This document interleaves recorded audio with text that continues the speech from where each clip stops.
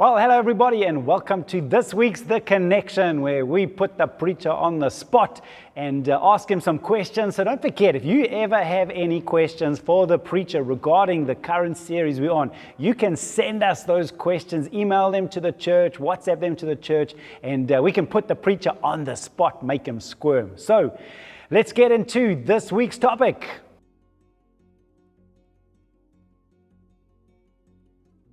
So, what ship are we on? Well, remember we're talking about the Flagship Church. What is a Flagship Church? We've looked at Lordship. Remember, as a Flagship Church, we fly the flag of Jesus unashamedly. That's what it means to be a member of a Flagship Church. And I hope you're doing that in your life. Unashamedly, we are under the authority of Jesus, living for the glory of Jesus. Remember the second one? Worship. And we are a warship and not a passenger cruiser. That means, yes, there will be spiritual battles. Now, I think you'll agree with me. This has been a hectic couple of weeks for us as a church. It's felt like the enemy has been attacking us. We have seen pillars in our church being taken out. And I mean, it's so hard to wrestle. God, where are you? What are you doing? And this is what we know. There are going to be battles ahead of us, but we're called to worship. We don't panic. We don't fall back. We don't give in to fear. We lift our hands and we worship Jesus, because that's what a Flagship church does.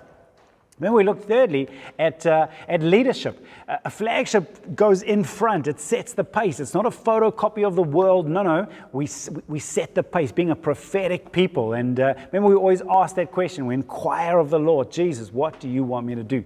So this week, we are talking about discipleship, which is all about we are made to multiply. Not some people adding a crowd to the church, but rather every one of us reproducing and multiplying ourselves. That's what God said, remember, be fruitful and multiply. It's what Jesus said, go into all the world, make disciples. So the challenge this week is, how do we become a multiplier?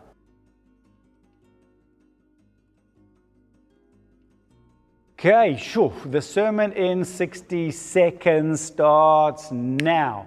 I've got to think about this one. I've just preached it twice. Now I better think about it. Here it is. So, as I said, God commanded us to fruitfulness and to multiply. But in most churches, there's a few people who add lots of people. Sometimes it could be the preacher or one of the leaders, while most members of the church think, nah, that's not for me. A Flagship Church, where we move from the primary way of adding people is through a few people adding lots, to every one of us learning to reproduce ourselves. That's called discipleship. That's how we multiply. And the Bible actually shows us that the multiplication growth, where every one of us are reproducing ourselves, is more effective. And remember, I've done the maths before. In 20 years, if each of us, as believers in the church, simply made one disciple for Jesus every year, then after 20 years, the church would be at 2 million. It's huge.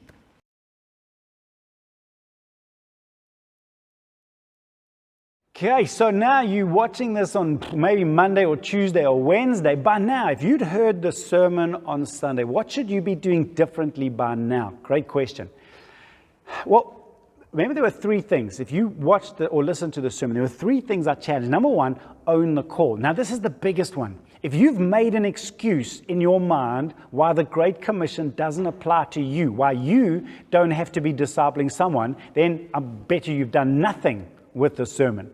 However, I'm hoping and praying that by now you've settled in your heart, God, you have made me to multiply. Because then number two, remember, fruitfulness comes from friendship. Please remember that little line. Fruitfulness comes from friendship. If you want to be more fruitful for Jesus, you've got to become a better friend.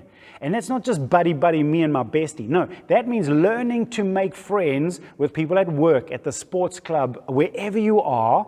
Grow to be more friendly. Remember, Jesus says, by this, all men will know you my disciples through your love for one another. Build friendships with people who are different to you. Build friendships, because out of friendship comes fruitfulness. The doors for sharing your testimony and bringing them to Jesus will be open. And then thirdly, I'm hoping by now you've answered this question. What kind are you? Remember, every animal produced after its own kind. Are you are a follower of Jesus. You might be a husband like me. You might be a father like me. You might have a ministry or a serving team. You might be in business. Whatever kind you are, that's the kind of disciple Jesus wants you to make.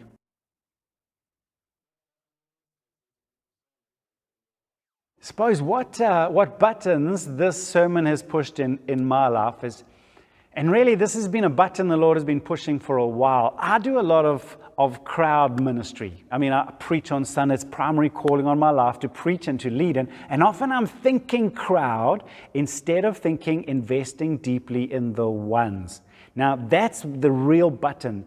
Jesus was intentional. He spent the whole night praying, God, who do you want me to disciple? And the biggest button that's been pushed in my life through this sermon and through the season that I've been going through is exactly this. Lord, who do you want me to more intentionally disciple? Disciple as followers of Jesus, disciple in leadership, disciple in leading a church, disciple in ministry to the nations. That's really a big button. I want to, and remember, I shared with you, God challenged me with this question of, will I spend the rest of my life always discipling someone?